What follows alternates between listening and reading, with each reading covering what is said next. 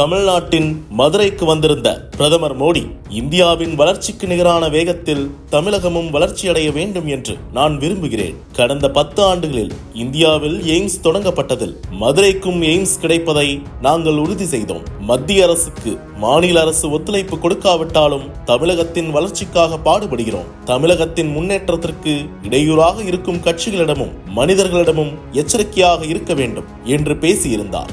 இந்நிலையில் பிரதமர் மோடி இது போன்ற கருத்தை சொல்ல பலர், இந்தியாவிலேயே சிறந்து விளங்கும் மாநிலமான தமிழ்நாட்டின் வளர்ச்சி மெதுவாக இருக்கிறதா என்ற கேள்வியை முன்வைக்க புள்ளி விவரங்களுடன் பதிலடி கொடுத்தார் அமைச்சர் பழனிவேல் தியாகராஜன். தன்னுடைய எக்ஸ் பக்கத்தில் அவர் வெளியிட்ட விவரங்களில் RBI சொல்லும் தகவலின்படி தமிழ்நாட்டின் தனிநபர் வளர்ச்சி 5.54% இருக்கும் நிலையில் ஒட்டுமொத்த இந்தியாவின் தனிநபர் வளர்ச்சி 4.43% தான். கடந்த 10 ஆண்டுகள் சொல்லும் தரவுகள் இவை.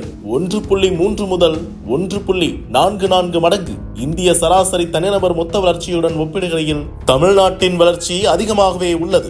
அப்படி இருக்கையில் தமிழ்நாட்டின் வளர்ச்சி வேகத்தை 1% குறைத்து இந்திய சராசரி வளர்ச்சி வேகத்துடன் கொண்டு வர நினைப்பது ஏன் என்று கேள்வி எழுப்பியிருந்தார். மேலும் எய்ம்ஸ் மதுரை கட்டுமான பணிகள் இன்னும் தொடங்கவே இல்லை. சட்டப்பேரவை அனுப்பிய மசோதாக்களுக்கு ஆளுநர் இன்னும் ஒப்புதல் அளிக்கவில்லை. இப்படிதான் தமிழ்நாட்டின் வளர்ச்சியை முன்னேற்றுவீங்களா என்று பிரதமர் மோடிக்கு காட்டமான ரிப்ளை ஒன்றை அமைச்சர் PTR கொடுத்திருந்தார். இந்நிலையில் இதற்கு பதிலளித்திருந்த பாஜக மாநில தலைவர் அண்ணாமலை, நிதியமைச்சர் பதவியிலிருந்து மாற்றப்பட்ட PTR பல உண்மைக்கு மாறான தகவல்களை தெரிவித்துள்ளார். முதலீட்டையும் பணப்பெருக்கத்தையும் பொறுத்தளவில் கடந்த 10 ஆண்டுகள் என்ன செய்தீர்கள் என்று பார்க்க கூடாது, வருங்கால வளர்ச்சிக்காக என்ன செய்தீர்கள் என்றுதான் பார்க்க வேண்டும். அதற்கு சாட்சியே குஜராத், கர்நாடகா, உத்தரப்பிரதேசம் ஆகியவற்றில் நடந்த உலக முதலீட்டாளர்கள் மாநாடு. தமிழ்நாட்டை விட அதிக முதலீடுகளை அங்கே ஈர்த்துள்ளது. மேலும் 2013 முதல் 2014 வரை ஒட்டுமொத்த இந்தியாவின் சராசரி தனிநபர் வருமானம் 1,14,960 இருந்த நிலையில் 2022-2023 ஆண்டில் அது 2,75,583 உள்ளது. அப்படி பார்த்தால் கடந்த 10 ஆண்டுகளில் 8.94% வளர்ச்சியாக உள்ளது. அதே நேரம் ஒட்டுமொத்த இந்தியாவின் சராசரி தனிநபர் வருமானம் 2013-14 ஆண்டுகளில் 74,920 இருந்தது. அதே நேரம் 2022-2023 காலகட்டத்தில் அது 1,96,983 உயர்ந்துள்ளது. அப்படி பார்க்கையில் இந்தியாவின் சராசரி வளர்ச்சி 10.15% உள்ளது. அதை தமிழ்நாட்டின் வளர்ச்சி விகிதத்துடன் ஒப்பிட்டால் இந்தியாவின் வளர்ச்சி வேகம் 1.21% அதிகமாக உள்ளது. மதுரை எய்ம்ஸை பொறுத்தவரை நிலம் கையகப்படுத்தவே 5 ஆண்டுகள் காத்திருக்க வேண்டியிருந்தது. மரங்களை அகற்ற டெண்டர் விடப்பட்டுள்ளது. அந்த ஏலத்தை விரைந்து முடிக்க அதிகாரிகளுக்கு அறிவுறுத்துங்கள். இன்னும் எத்தனை ஆண்டுகள் தமிழக அரசு எய்ம்ஸ் வருவதை தாமதப்படுத்துவார்கள் என்று தெரியவில்லை என்று அண்ணாமலை கருத்து தெரிவித்திருந்தார். இந்நிலையில் இந்த விவகாரத்தை விடாத PTR மீண்டும் அண்ணாமலைக்கு புள்ளி விவரங்களோடு பதிலடி கொடுத்துள்ளார். அதில் பாஜகவின் உண்மையான வளர்ச்சி எண்களை விவாதிப்பதில் மகிழ்ச்சி. முதலில் 2013-2014 காலகட்டம் முதல் 2022-2023 காலகட்டம் வரை கணக்கிட்டால் அவை 9 ஆண்டுகள் மட்டுமே, 10 ஆண்டுகள் இல்லை. அண்ணாமலை குறிப்பிட்டுள்ள சில எண்கள் RBIயின் ரிசர்வ் வங்கியின் பக்கத்திலேயே இடம்பெற்றுள்ளது.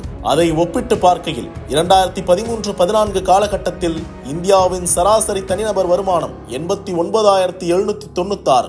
ஆனால் அண்ணாமலை 74,920 என்று குறிப்பிட்டுள்ளார். தவறான எண்களை எப்படி இங்கே குறிப்பிட்டுள்ளீர்கள் என்று தெரிந்து கொள்ள ஆர்வமாக உள்ளேன். உண்மையான நாட்டின் வளர்ச்சியையும் தமிழ்நாட்டின் வளர்ச்சியையும் கடந்த 9 ஆண்டுகளில் ஒப்பிட்டு பார்த்தால் தமிழ்நாடு 9.99% வளர்ந்துள்ளது. அதே நேரம் ஒட்டுமொத்த இந்தியா 9.12% வளர்ந்துள்ளது. அப்படி பார்த்தால் 0.87% தமிழ்நாட்டின் வளர்ச்சி விகிதம் அதிகமாக இருந்துள்ளது. கடந்த 9 ஆண்டுகளில் தமிழ்நாடு பணவீக்கத்தை சிறப்பாக கையாண்டுள்ளது என்பதை இதன் மூலமாக புரிந்து கொள்ள முடியும். அதே நேரத்தில் இன்றைய விலை நிர்ணயங்களோடு ஒப்பிட்டு பார்த்தால் தமிழ்நாடு 1.3 மடங்கு முதல் 1.4 மடங்கு வரை இந்தியாவின் ஒட்டுமொத்த சராசரியை விட அதிகமாக உள்ளது. அதே போன்று தமிழ்நாட்டின் மக்கள் தொகை பெருக்கத்தை காட்டிலும் இந்தியாவின் மக்கள் தொகை பெருக்கம் 1% வேகமாக உள்ளது.